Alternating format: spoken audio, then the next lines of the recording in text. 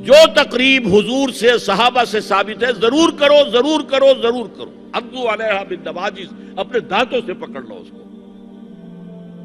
اور جو تقریب ثابت نہیں حضور سے اور صحابہ سے، یقیناً یہ کہیں باہر سے آئی ہے. یا تو ہمارا خاندانی پس منظر جو ہے، اکثر تو ہندوؤں سے مسلمان ہوئے، وہ سادات ہوں، صدیقی ہوں، فاروقی ہوں، عثمانی ہوں، وہی ہیں جو باہر سے آئے تھے. باقی تو اکثریت یہیں سے، وہ اپنا ہندوانہ پس منظر لے کر آئے. تو جس کا ثبوت صحابہ کے دور میں نہیں، وہ یقیناً باہر سے آئی ہوئی چیز ہے. اس میں پھر سادگی نہیں، اس میں کمی نہیں، جڑ سے کاٹو اس کو.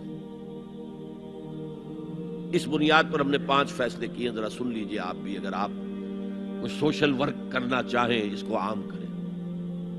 نمبر 1، نکاح مسجد میں. حدیث موجود ہے، ترمذی شریف کی روایت، اعلنوا حاذا النکاح واجعلوہ فی المساجد. نکاح کا اعلان عام کیا کرو، مسجدوں میں منعقد کیا کرو. میں حیران ہوتا ہوں کیوں نہیں علماء کرام نے اس کی طرف توجہ دلائی. حدیث ہے. ہاں میں مانتا ہوں ان کا کہنا یہ ہے کہ یہ یہاں جو امر ہے کہ مسجد میں منعقد کرو، یہ امر وجوب کے لیے نہیں ہے، استحباب کے لیے. مستحب ہے یہ کہ مسجد میں. تو بھائی مستحب کیوں چھوڑ رہے ہو؟ وہ اس لیے چھوڑنا پڑتا ہے، مولوی بیچارے کی حیثیت ہے ہی نہیں معاشرے میں کہ وہ کہے جناب یہاں آئیے میرے پاس، میں نہیں آؤں گا آپ کے گھر نکاح پڑھانے کے لیے. وہ اپنا رجسٹر بغل میں دبائے بیٹھا سوکھتا رہتا ہے. وہ تو آنی تھی بارات عصر کے وقت، مغرب بھی جا رہی ہے، آئی ہی نہیں. وہ بیٹھا قریب. پہلے 20-30 روپے ملتے تھے، اب 200 300 400 ملتے ہیں. اور کیا ہے؟ میں نے انہیں یاد دلایا دیکھو شرم کرو.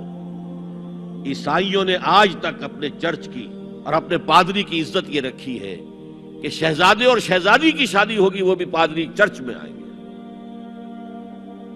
شہزادے کی شادی ہو رہی ہے تو جو ان کی پارلیمنٹ کے ساتھ ہے چرچ، وہاں شادی ہو. وہاں پردہ نہیں ہے، لڑکا لڑکی دونوں آمنے سامنے کھڑے ہو کر قول و قرار کریں گے. ہمارے ہاں پردہ ہے تو اس لیے لڑکی کے گھر بھی جائیں گے تو لڑکی تو محفل میں نہیں آئے گی. لڑکی کا ایک وکیل ہوگا، وہ وکیل اجازت لے کر آئے گا، 2 اس کے گواہ ہوں گے، اس کے سامنے اجازت لی گئی، پھر وہ نکاح خواہ کو اجازت دیں گے، نکاح پڑھا دیں گے. پہلی بات یہ ہو گئی کہ نکاح مسجد. نمبر 2، نکاح کے موقع پر کوئی دعوت طعام نہیں، کوئی ثابت نہیں. دعوت طعام صرف ایک ہے، وہ ولیمہ ہے. اور اس قدر معقول بات ہے، سب باپ اپنے سینوں پر ہاتھ رکھ کر سوچیں اور میری بات سنیں. کیا بیٹی کو گھر سے رخصت کرنے کا وقت جو ہے وہ خوشی کا وقت ہوتا ہے؟ جب بیٹی گھر سے جا رہی ہو، کوئی جانور بھی آپ قربانی کے لیے، کوئی مینڈھا کو بکرا لے آئیں 8-10 دن پہلے اور بچے مانوس ہو جائیں تو وہ جب آپ ذبح کرتے ہیں تو پچھاڑے کھاتے ہیں کہ نہیں بچے؟ اور یہ لخت جگر ہے، نور چشم ہے، 18 20 22 برس گھر میں رہی ہے، وہ جا رہی ہے. خوشی نہیں ہے وہاں، صرف یہ ہوتا ہے اے سائی آف ریلیف کہ ایک ذمہ داری کا بوجھ تھا، اللہ نے آج پورا کرا دیا، اتروا دیا بوجھ. پھر بھی اندیشہ ہوتا ہے، پتہ نہیں مزاج ملے نہ ملے، نئے ماحول میں جا رہی ہے، وہاں جا کر ایڈجسٹ ہو یا نہ ہو، اندیشے پھر بھی ہوتے ہیں. تو ان سے مرغ پلاؤ کھانا اور متنجن کھانا کوئی معقول بات نہیں. معقول بات کیا ہے؟ لڑکا، اس کا گھر آباد ہوا ہے، وہ ولیمہ کرے. اس پر باقاعدہ حدیث اولبو ولو بشاۃ، ولیمہ ضرور کرو چاہے ایک ہی بکری ہو تمہارے پاس. ذبح کرو، کاٹو، کھلاؤ گوشت اپنے دوستوں کو، احباب کو. یہاں تک کہا کہ بیست طعام الولیمہ، برا کھانا ہے ولیمے کا کہ اس میں غریبوں کو نہیں بلایا جاتا. ظاہر بات ہے مسلی کھلانے کے لیے تو ولیمہ نہیں ہوتا، اپنے احباب کو، دوستوں کو بلایا جاتا.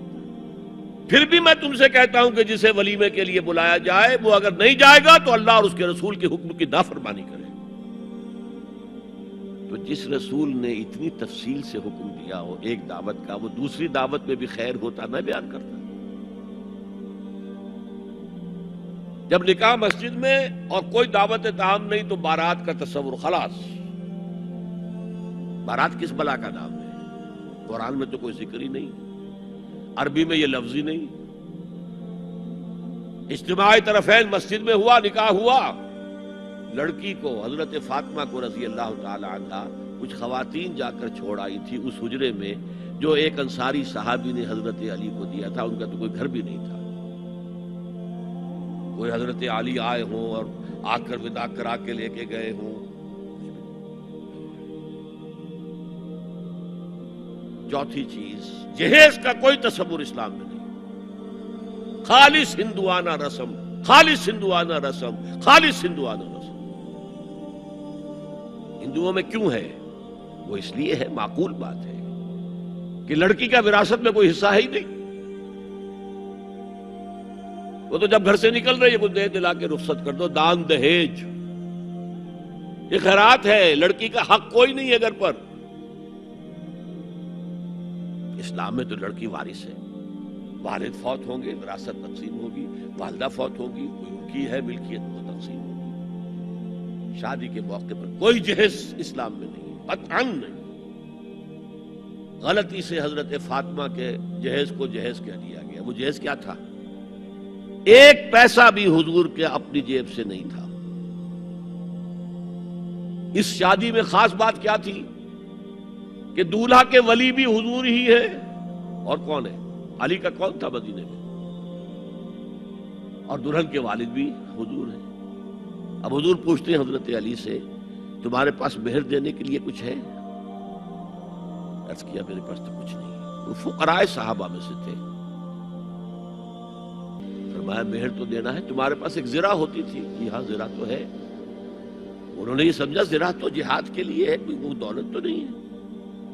فرمایا جاؤ اسے بیچو یا گروی رکھ کے قرض لے کر آؤ. وہ گئے، حضرت عثمان نے خرید لی اور کچھ دنوں کے بعد واپس کر دی ہدیتاً. یہ زرہ میں ہدیہ آپ کو کر رہا ہوں. اس وقت اگر کہتے چھوڑو علی، کہاں تو لو میں پیسے دے دیتا ہوں تمہیں، تو ان کی طبیعت پر بار ہوتا. اس پیسے سے حضور نے کچھ پیسے گھر بھیجے اندر، دلہن کو ذرا تیار کر دو. اور کچھ پیسوں سے وہ ایک گدا جس میں کھجور کی کھال بھری ہوئی تھی اور 2 تکیے جس میں کھجور کی کھال بھری ہوئی تھی. ایک مشکیزہ، کنویں سے پانی تو لانا ہی ہے نا. ایک چکی، جو ہو یا گیہوں ہو پیسنا تو ہے نا. کوئی 1-2 برتن اور. اللہ اللہ خیر صلاح. یہ تھا جسے جہیز کہتے ہیں، جس میں ایک پیسہ بھی حضور کا شامل نہیں ہے. وہ حضرت فاطمہ کا مہر تھا جسے بنایا گیا. ورنہ مدینے ہی میں دوسری آپ کی صاحبزادی کا نکاح حضرت عثمان سے بھی ہوا. کہیں ذکر ہے جہیز کا؟ حضرت عثمان کا گھر بھرا ہوا، ہر چیزیں موجود، جہیز کا تذکرہ نہیں. بہرحال یہ شادی کو آسان کرو، زنا کو مشکل بناؤ. یہاں شادی کے لیے 9 من تیل ہوگا تو رادھا ناچے گی.